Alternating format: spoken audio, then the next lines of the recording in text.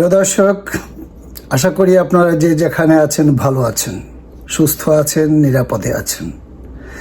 আপনারা জানেন যে কানাডা একটি সবসময় একটি উদারপন্থী দেশ এবং এই দেশে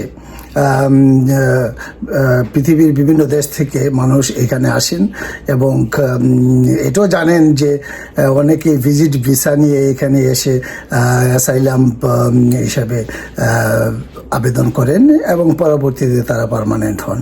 এবং কানাডা এ ব্যাপারে খুবই লিবারেল।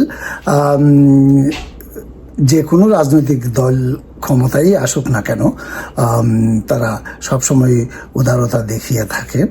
তো তার মানে এই নয় যে তারা অবৈধভাবে অবৈধদের একেবারেই কোনো প্রবলেম থাকলেও তাদেরকে বৈধ করে ফেলে, তা নয়।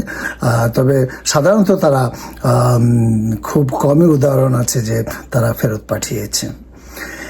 এমন অবস্থায় আপনারা ইতিমধ্যেই জানেন যে আমাদের যে প্রধানমন্ত্রী জাস্টিন ট্রুডো, যিনি পদত্যাগ করেছেন ইতিমধ্যেই, তার প্রধান ইস্যু ছিল তিনি অযৌক্তিকভাবে প্রয়োজনের অতিরিক্ত লোক তিনি গত 2 বছরে কানাডায় নিয়ে এসেছেন, যার বেশিরভাগই রিফিউজি হিসাবে ক্লেম করেছেন।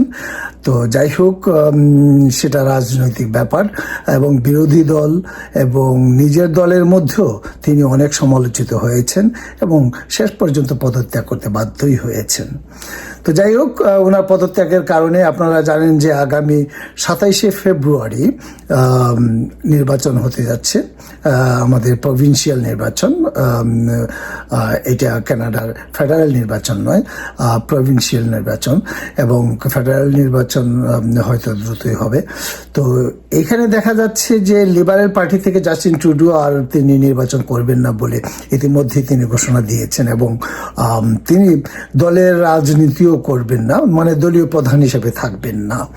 কিন্তু আমরা দেখতে পাচ্ছি আগামী নির্বাচনে লিবারেল দলে একজন প্রার্থী, যিনি ইন্ডিয়ান বংশোদ্ভূত নারী প্রার্থী, এবং তিনি আশা করছেন দলের প্রধান হিসাবে তিনি দায়িত্ব পাবেন এবং আগামীতে প্রধানমন্ত্রী হবেন। প্রধানমন্ত্রী কানাডার ইতিহাসে প্রথম নারী প্রধানমন্ত্রী হিসেবে তিনি রেকর্ড করতে চান। তবে ইতিমধ্যে তিনি যে বিষয়টি নিয়ে বেশি আলোচিত সমালোচিত হয়েছেন তা হচ্ছে অভিবাসন নীতিমালা। তিনি ঘোষণা দিয়েছেন ইতিমধ্যেই তিনি যদি প্রধানমন্ত্রী হন তাহলে কানাডায় যত অবৈধ লোক আছে তাদেরকে দেশে ফেরত পাঠিয়ে দেবেন। তিনি আমাদের এই যে আমেরিকার ডোনাল্ড ট্রাম্পের সুরে কথা বলছেন, আর সেই জন্যই ওনাকে এখন লেডি ট্রাম্প বলা হয়। তো তিনি আগে ঘোষণা দিয়েছেন এই কাজটি করবেন এবং মানব পাচার বন্ধ করবেন। তো যাই হোক, সেটা একদিকে চিন্তা করলে ভালোই, কোনো অবৈধ লোকের বিরুদ্ধে উনি কথা বলছেন। কিন্তু কানাডা যে মানবতার দেশ, সাধারণত লোকদেরকে বের করে দেয়া হয় না, সেই যে নমনীয়তা, উদারতা তিনি কঠোর হস্তে দমন করবেন বলে ইতিমধ্যে ঘোষণা দিয়েছেন। তবে আমরা জানি না উনি প্রধানমন্ত্রী হতে পারবেন কিনা, কারণ ইতিমধ্যেই লিবারেল পার্টির জনপ্রিয়তা অনেক কমে গেছে জাস্টিন ট্রুডোর কারণে। তো তিনি কি করবেন জানি না। তবে তিনি গত টার্ম নয়, তার আগের টার্মে 2004 থেকে 2011 পর্যন্ত তিনি একজন এমপি ছিলেন। কানাডার ব্রাম্পটন নামক একটি সিটি, ওই এলাকার একজন এমপি ছিলেন। তারপর তিনি নাকি রাজনীতি থেকেই সরে গেছেন। হঠাৎ করে তিনি এখন লেডি ট্রাম্প হিসেবে উদয় হয়েছেন। আমি তাকে একটু পরিচয় করিয়ে দিচ্ছি।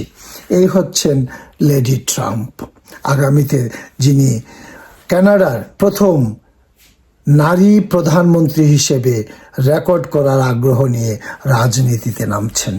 তো যাই হোক, দেখা যাক কি হয়, কানাডাতে রেকর্ড হয় কিনা, অথবা তো সে ব্যাপারে আমার কোনো বক্তব্য নেই যে অভিবাসন অবৈধ অভিবাসন প্রক্রিয়া এবং যে মানব পাচার বন্ধ করবেন সেই ব্যাপারে আমি কোনো পক্ষে বিপক্ষে বলছি না।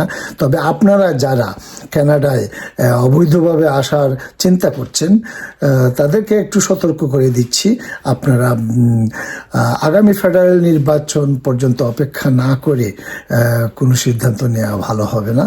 সেটা আমার মনে হয় আপনারা একটু মাথায় রাখবেন যে যদি কোনো কারণে লিবারেল পার্টি ক্ষমতায় যায় এবং এই লেডি প্রধানমন্ত্রী হন, তাহলে তিনি কিন্তু আপনাকে দেশে ফেরত পাঠিয়ে দিতেও পারেন।